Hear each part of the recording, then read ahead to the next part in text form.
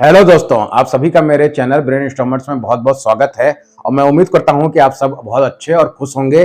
और जैसा कि सभी स्टूडेंट्स की छुट्टियां चल रही होंगी क्योंकि अभी दुर्गा पूजा का फेस्टिवल चल रहा है, तो आप सभी को मेरी तरफ से भी दुर्गा पूजा की हार्दिक हार्दिक शुभकामनाएं।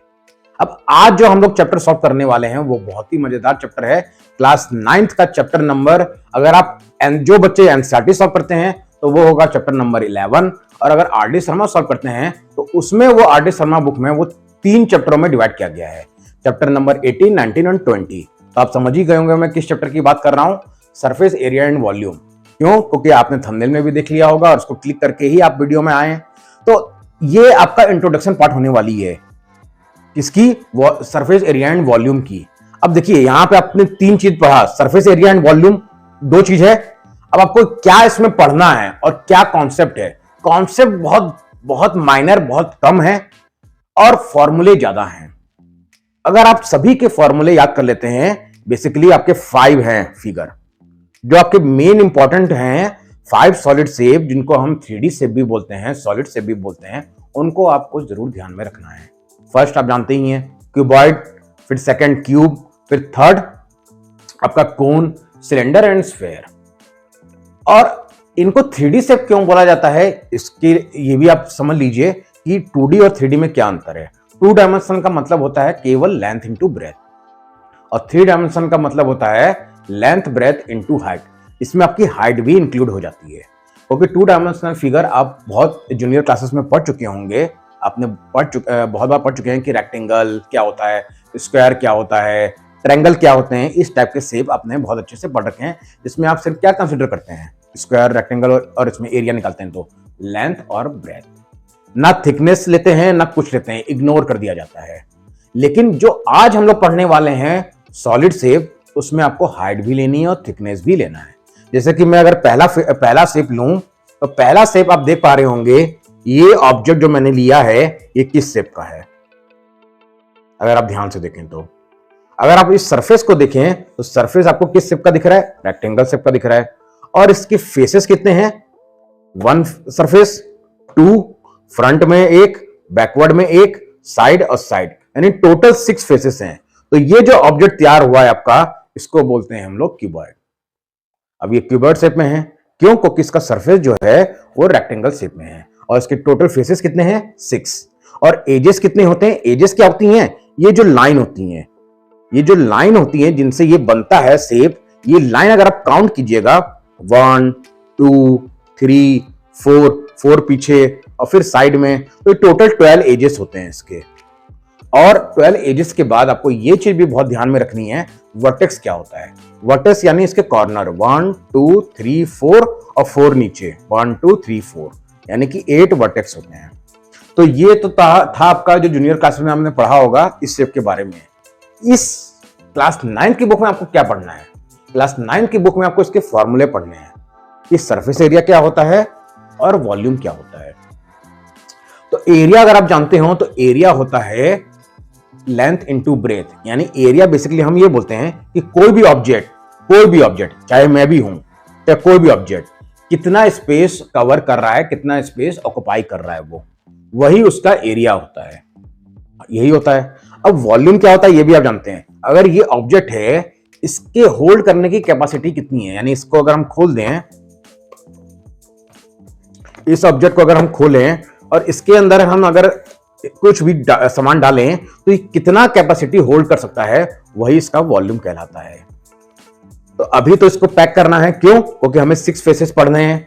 तो सबसे पहले अगर हम एरिया की बात करें तो एरिया में आपने पढ़ते हुए आ रहे होंगे लेंथ इनटू ब्रेथ। अब इसमें क्या डिफरेंस है कि इसमें आप हाइट का मल्टीप्लाई कर दीजिए। अगर आपको वॉल्यूम किसी का भी ऑब्जेक्ट का वॉल्यूम यानी इसके बॉड का वॉल्यूम निकालना है तो आपको क्या करना होगा, एरिया इनटू हाइट। यानी ये सारे जितने भी मैं आपको बताए हैं सॉलिड शेप, आपको एक और फॉर्मूला वॉल्यूम का याद करना होगा, एरिया इनटू हाइट। अब ये एरिया ऑफ रेक्टेंगल का फॉर्मूला क्या होता है, क्योंकि सरफेस जो है वो किस शेप का है, रेक्टेंगल। जबकि आपका यहां फ्लैश भी हो रहा होगा स्क्रीन पे, क्या होता है, L इंटू बी, यही होता है। अब इसी में आप हाइट का मल्टीप्लाई कर देंगे तो क्या हो जाएगा formula, L into B into H, और यही इसका वॉल्यूम होगा। क्यों? देखिए एरिया तो यही है जो ये कवर कर रहा है, लेकिन हाइट कितना है, क्योंकि ये भी तो हाइट कंसीडर करेंगे ना हम। पूरा ये ऊंचाई इतना ही ना कैपेसिटी ये होल्ड कर सकता है टोटल। तो अगर इन सबको ध्यान में रखा जाए तो एरिया यानी L into B into H कर देंगे तो इसका वॉल्यूम निकल जाएगा। अब आती है बात जो आपने एक और अपने बुक में देख रखे होंगे, LSA यानी कि lateral surface area. Lateral surface area क्या होता है?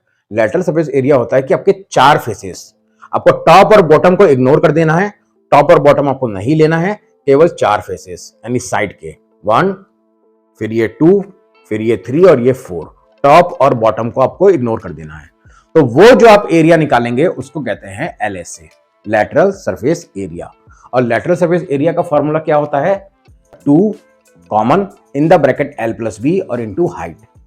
अब टोटल सरफेस एरिया में आप सारे ले लीजिए, टोटल 6 फेसेस, तो उसको कहते हैं हम लोग टोटल सरफेस, जिसको आपको शॉर्ट फॉर्म में लिखना है TSA, जैसा कि आप यहां पे स्क्रीन में भी देख रहे होंगे TSA। अब TSA क्या होता है? TSA होता है टोटल सरफेस एरिया, यानी कि आपको सारे 6 फेसेस को इंक्लूड कर देना है और उसका एरिया निकाल देना है। और एरिया निकालने के बाद जो आपको रिजल्ट मिलेगा वो क्या मिलेगा? 2 common in the bracket LB plus BH plus HL। तो आप ये समझ गए होंगे कि इस शेप का हम कैसे वॉल्यूम, टोटल सरफेस एरिया और आपका लेटरल सरफेस एरिया निकालेंगे। एक और चीज आपको ध्यान में रखनी है, इसका डायगोनल। और डायगोनल का फॉर्मूला होता है √L square plus B square plus H square. ये एक और फॉर्मूला आपको याद रखना है, डायगोनल ऑफ ए क्यूबॉइड। अब अगर इसका एक और बोले हम ऑब्जेक्ट, तो ये आप बुक देखेंगे तो बुक भी आपकी इसी शेप की एक क्यूबॉइड देख पा रहे होंगे आप, क्योंकि ये भी रेक्टेंगल, इसका सरफेस जो है वो भी रेक्टेंगल शेप में है। तो ये भी आपके डेली लाइफ में बहुत सारे एग्जांपल आपको मिल जाएंगे जो कि आपका क्यूबॉइड शेप के होंगे। और क्यूब शेप में क्या है? क्यूब शेप में कोई भी डिफरेंस नहीं है, एक माइनर डिफरेंस है बस कि उसका जो सरफेस होता है वो आपका स्क्वायर शेप में होता है और क्यूबॉइड का क्या था? रेक्टेंगल शेप में। तो हमने जो वॉल्यूम निकाला था क्यूबॉइड का, क्या निकाला था? L into B into H. और वहां पे एरिया क्या हो जाएगा? क्योंकि क्यूब का एरिया निकालेंगे हम, स्क्वायर का एरिया, तो साइड इंटू साइड होता है। अब साइड अगर हम A मान लेते हैं तो A इंटू ए, और हाइट भी आपकी A होगी, तो A क्यूब हो जाएगा आपका वॉल्यूम ऑफ क्यूब। यहां पर आपको यूनिट भी ध्यान रखना है कि जैसा क्वेश्चन में दिया रहेगा, मीटर क्यूब, सेंटीमीटर क्यूब आपको वॉल्यूम में लगाना है। अब आती है बात लेटरल सरफेस एरिया की। तो चार ही सरफेस लेने हैं तो 4A स्क्वायर। और टोटल सरफेस एरिया में क्या हो जाएगा? अगर हम लोग 6 फेसेस इंक्लूड कर लेंगे तो 6A स्क्वायर। तो ये हो गए आपके इसके।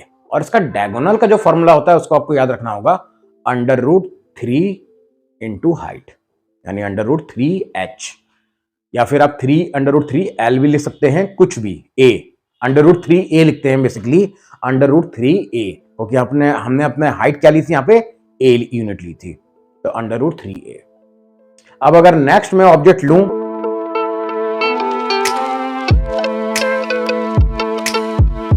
ये मैंने जो ऑब्जेक्ट लिया है ये किस शेप का है? ये कौन सा सॉलिड है? देखिए सॉलिड सरफेस, सॉलिड भी है और आपका ये सिलेंडर शेप में है। अब सिलेंडर क्या होता है? जिसका टॉप और बॉटम तो सर्कुलर हो, देखिए टॉप और बॉटम तो सर्कुलर हो, लेकिन जो बीच वाला पार्ट होगा, कर्व सरफेस एरिया, वो आपका कर्व में हो, और उससे जो ऑब्जेक्ट तैयार होगा उसको बोलते हैं हम सिलेंडर। देखिए अब सिलेंडर का अगर आपको वॉल्यूम निकालना होगा तो कैसे निकालेंगे? एरिया इंटू हाइट करना है। हाइट तो हो गई, अब एरिया आपको निकालना है, तो एरिया देखिए इसका निकालेंगे, सर्किल का, क्योंकि सर्कुलर है ना। और सर्किल का एरिया निकालेंगे तो क्या हो जाएगा? आपका फॉर्मूला πr स्क्वायर, क्योंकि आपको याद होगा। अब πr स्क्वायर में h का मल्टीप्लाई कर दीजिए, πr स्क्वायर में h का मल्टीप्लाई कर दीजिए तो आपका वॉल्यूम ऑफ सिलेंडर मिल जाएगा, πr स्क्वायर h। अब कर्व सरफेस एरिया निकालना है तो क्या होगा? आप जानते हैं कि CSA निकालने के लिए हमें इसका कर्व दिखना होगा, क्योंकि ये कर्व्ड है। वहां जो हमने शेप लिया था क्यूबॉइड और क्यूब में, वहां जो सरफेस था वो फ्लैट था, इसलिए वहां पे बोला जाता है उसको लेटरल सरफेस एरिया। लेकिन यहां पे इसको बोलना है आपको CSA, जितने भी आपके कर्व सरफेस आएंगे। अब CSA बोले तो ये देखिए, आपको सिर्फ आउटर पार्ट लेना है, तो ये हो रहा है सरकमफेरेंस, और सरकमफेरेंस का फॉर्मूला होता है 2πr, और इसी को अगर आप हाइट से मल्टीप्लाई कर देंगे तो बन जाएगा 2πrh। ये हो गया आपका इसका क्या? Curve surface area. अब टोटल सरफेस एरिया में आपको टॉप और बॉटम भी लेना है, तो टॉप किस शेप में है? सर्कुलर है, और बॉटम भी। और बॉटम और इसका जो होगा एरिया वो होगा πr स्क्वायर, यानी अगर हम दोनों को ऐड कर दें तो 2πr², और CSA मैंने अभी आपको बताया 2πrh। अब तीनों को ऐड कर दें यानी πr² plus πr² plus 2πrh, तो एक रिजल्ट मिल जाएगा आपको। अगर 2πr कॉमन ले लेंगे तो 2πr ब्रैकेट में h प्लस r, तो ये हो जाएगा आपका सिलेंडर का। ये आपका सिलेंडर का फॉर्मूला हो गया, वॉल्यूम भी हो गया, टोटल सरफेस एरिया भी हो गया और कर्व सरफेस एरिया भी हो गया। जैसा कि आप यहां स्क्रीन पे देख पा रहे होंगे कोन। अब कोन में देखिए एक टॉप में वर्टेक्स होता है और इसका एक कर्व सरफेस एरिया भी है, और जो इसका सिलेंडर और इसमें क्या डिफरेंस है, बस सिलेंडर के 2 सर्कुलर बेस होते हैं, लेकिन इसका जो सर्कुलर बेस होता है सिर्फ बेस वाला होता है, बेस ही केवल सर्कुलर है, बाकी आपका कर्व्ड है। अब इसका अगर आप वॉल्यूम निकालेंगे तो वॉल्यूम होगा 1/3 πr²h, ये आपको याद रखना होगा। अब अगर इसका कर्व सरफेस एरिया निकालेंगे तो यहां पे आपको एक और चीज याद रखनी होगी कर्व सरफेस एरिया में, क्योंकि ये इसका जो कर्व है कुछ इस तरह से है, जो आप जानते भी होंगे, जोकर हैट, आइसक्रीम कोन, बहुत सारे एग्जांपल हैं डेली लाइफ में भी हमारे जो कोन शेप में होते हैं। तो उसको अगर आप ध्यान में देखेंगे तो आपको एक और फॉर्मूला आपको मिलेगा इसका लैटरल सरफेस एरिया का πrl, यानी कि CA से आपको याद करना होगा इसमें πrl, where l is slant height. Slant height क्या, देखिए यहां से तिरछा, ये तिरछी जो हाइट होती है उसको स्लैंट हाइट बोलते हैं। अब स्लैंट हाइट यानी कि आपका जस्ट हाइपोटेनस, जो आपके पाइथागोरस थ्योरम में आपने पढ़ा भी होगा। अगर एक राइट एंगल ट्रायंगल बनेगा, जैसा फिगर में आप देख पा रहे होंगे कि कैसा मैंने यहाँ पे आपको स्क्रीन पे दिखा रहा हूं, तो यहाँ पे आपका स्लैंट हाइट लेंगे तो उसका फॉर्मूला हो जाएगा √h² प्लस r²। यानी आपको CSA के 2 फॉर्मूले याद रखने हैं, एक तो πrl और where l is slant height, और आपको एक और याद करना होगा πr √h² प्लस r²। अब टोटल सरफेस एरिया में आपको याद करना होगा फॉर्मूला, इसका कर्व सरफेस एरिया दिखा था, क्या आया था, πrl। अब अगर हम इसको टोटल सरफेस एरिया देखें तो हमको बेस का एरिया भी लेना होगा πr² plus πrl curve surface area भी, क्योंकि टोटल इंक्लूड करना है। अब दोनों को अगर ऐड कर देते हैं तो πr कॉमन हो जाएगा और अंडर ब्रैकेट में आपका आ जाएगा l प्लस r, तो ये हो गया टोटल सरफेस एरिया ऑफ ए कोन। अब जो एक ऑब्जेक्ट मैं ले रहा हूं वो है आपका स्फीयर, जो देख पा रहे होंगे आपका स्फीयर है, एक बॉल ली है मैंने जो कि ठीक स्फीयर शेप में है। आप ग्लोब भी ले सकते हैं, आप फुटबॉल बॉल भी ले सकते हैं जो कि आपके स्फीयर शेप में होती है। अब स्फीयर का जब अगर वॉल्यूम निकालेंगे तो उसको याद करना होगा आपको 4/3 πr³। अब इसमें देखिए सरफेस तो एक ही है, कैसा भी लें तो सरफेस बस एक ही लेना है आपको, और जिसका फॉर्मूला आपको याद करना होगा 4πr²। अब आपको एक और चीज याद रखनी होगी, होलो स्फीयर। होलो स्फीयर क्या होता है, अगर इस स्फीयर को हम काट दें तो वो बन जाएगा होलो स्फीयर। होलो मतलब अंदर से होलो हो गया और हम काट दिए इसको। अब उसका जो आपका वॉल्यूम याद करना होगा तो आधा याद कर लीजिए। अभी हमने वॉल्यूम ऑफ स्फीयर क्या याद किया था, 4/3 πr³, तो वहां हो जाएगा 2/3 πr³ अगर हम इसको हाफ कर देते हैं तो। और अगर इसका सरफेस एरिया हमने क्या याद किया 4πr², तो वहां हाफ कर देंगे तो हो जाएगा 2πr²। अब हाफ करने के बाद आपको एक चीज और ध्यान में रखनी होगी कि अगर यहां तो सरफेस एक ही था, लेकिन हाफ कर देंगे तो 2 सरफेस मिल जाएगा हमको, एक टॉप वाला जो कि आधा हुआ जो आपका सर्कुलर दिख रहा होगा, और एक बॉटम वाला जो कि स्फीयर में दिख रहा होगा इस तरह से। तो स्फीयर का एरिया और प्लस उस सर्कुलर पार्ट का एरिया को प्लस करेंगे तब आपको मिलेगा टोटल सरफेस एरिया।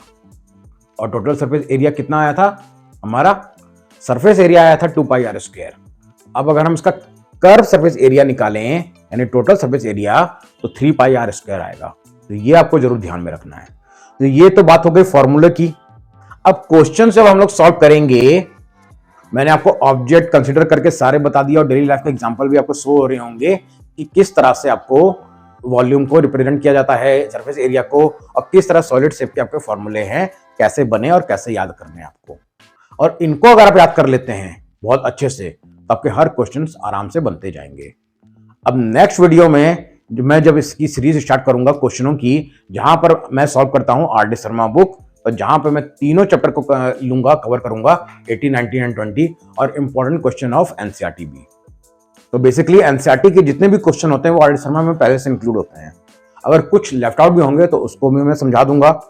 तो नेक्स्ट लेक्चर भी बहुत इंपॉर्टेंट होने वाली है, तो तो इसलिए आप इस वीडियो के बाद नेक्स्ट जो वीडियो है उसको भी जरूर वॉच कीजिएगा।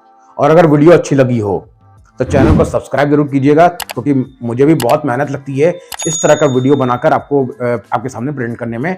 तो बहुत मैंने मेहनत की है, तो इसके लिए मुझे थोड़ा सा, अगर आप मुझे सपोर्ट करना चाहते हैं तो सब्सक्राइब कर दीजिए चैनल को, लाइक और शेयर भी कर दीजिए, और नोटिफिकेशन बेल को भी ऑन कर दीजिए, ताकि मैं जब भी वीडियो अपलोड करूं तो उसका नोटिफिकेशन आपको सबसे पहले मिल जाए।